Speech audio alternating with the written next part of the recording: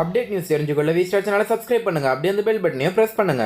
Hello viewers, இன்னைக்கு நம்ம என்ன பார்க்க போறோம்னா மலையில் குடியிருக்கும் மாதேஸ்வரர் கோவிலை பற்றிய பல சுவாரஸ்யமான தகவல்களை இந்த வீடியோவில் பார்க்கலாம். கர்நாடகா மாநிலத்திலும் தமிழகத்தின் சேலம், தர்மபுரி, ஒசூர் முதலான ஊர்களிலும் மாதையன், மாதப்பா, மாதேஷ் என பலரை பார்க்கலாம். இவர்களுக்கெல்லாம் இஷ்ட தெய்வமாக திகழ்பவர் ஸ்ரீ மாதேஸ்வரர்.